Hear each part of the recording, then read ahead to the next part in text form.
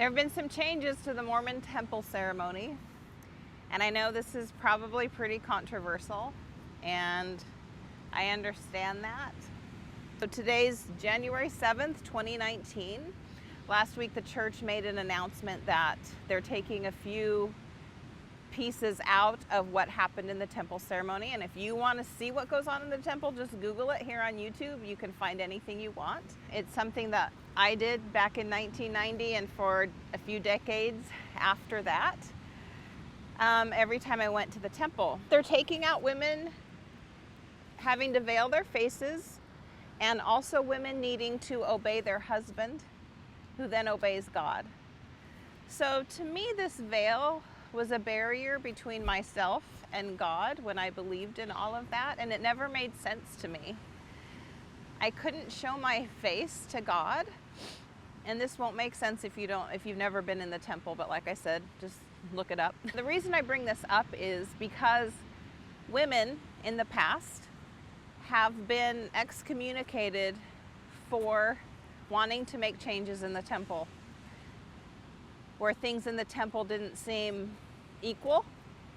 And of course, it's a patriarchal society. I didn't feel it was my fight to have equality in the church, because I no longer believed in the church, so it didn't matter to me. I know there are many women who have stayed to fight that fight, and that's totally fine. We all get to decide what we want. But the thing that's so hard about this is there are women who've been asked to leave the temple ceremony in the temple because they wouldn't put the veil over their face. And now the church has come along and they have removed that part of the temple ceremony. There's many reasons why now's the right time. It's a revelation. This is the change we feel we need to make. I'm going to let you do your own research on this, but there are quotes after quotes after quotes talking about how the temple ceremony would never change.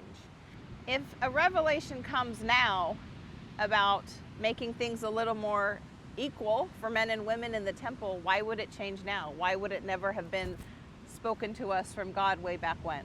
I realize talking about this is the temple ceremony is sacred to many people.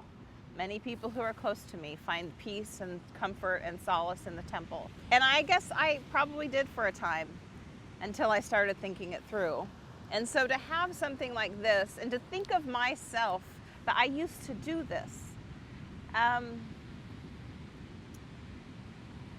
I did a video a little bit ago on triggers. This was a big trigger for me. And so as I talk to you guys about managing your mind around it, I've had to do that for myself this week. And I think that's why the complexities of leaving probably any religion, obviously I know Mormonism, I don't know the others, but I know a lot of you watch me from leaving other faiths. It's very multi-layered. And the triggers that happen that you guys share with me can happen just randomly. You don't even expect it. You think you're doing well, and all of a sudden something smacks you upside the head. You really have to do the work to manage your mind around it. Because at the end of the day, the people who find this to be special and sacred is the word used by Mormons, sacred, not secret, they get to find that as sacred. They get to go to the temple and worship how they want. I get to not do that, and I get to be upset, or I get to try to find reasons and make it make sense to me how I need it to. And just as you do, you're on your own journey, and your journey's a little different from mine. Your journey's a little different than the person next to you. We're all trying to process this.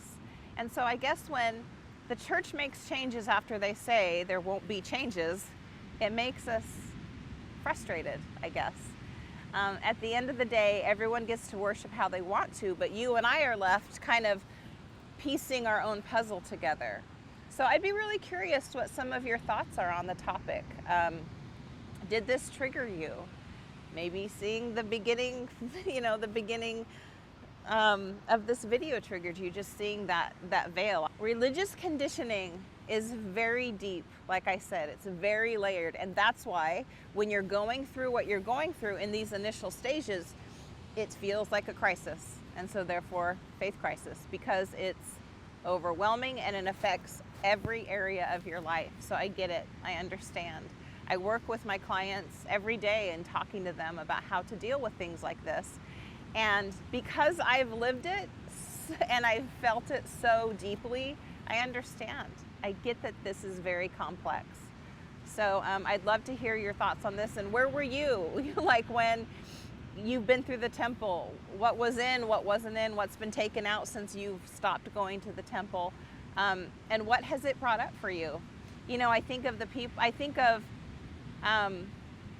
those people who've gone through the temple who made a promise to obey their husband. I've seen some talk on the, you know, the Mormon interwebs talking about, do they go through now and get to remake a different promise without having those lines of the temple, having to recite those lines? I wanted to do a video on this. I know it's very sensitive, and I know some people, I'm gonna get a lot of comments. I have a feeling. These are the issues that we're trying to work through and process. You can work through all this. I think the biggest piece of advice I can give is those who stay get to do what they find special and sacred to them. You get to leave it and you don't have to do it anymore. Now, having said that, that doesn't mean it's not going to trigger you from time to time. When you can come to peace with that is when you'll know you're moving on. Even if it ruffles its feathers every once in a while, like it did for me, I always have to come back to center and go, okay, I don't believe those things anymore, and so I can let that go.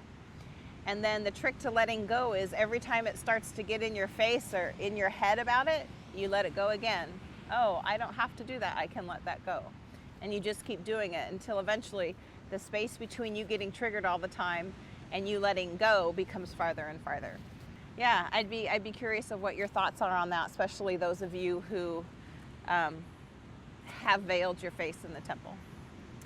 Make sure you click the subscribe button. I'll be doing lots more videos this year. Make sure you go to my website, amyloganlife.com, and sign up for and get on my list so you're aware of all the happenings that are going on this year, especially right here at the beach. And yeah, I'd love to help you through this. I am a faith crisis life coach. This is what I do every day. I help people work through their faith crisis until they're kind of ready to go spread their wings on their own. So that's it for today.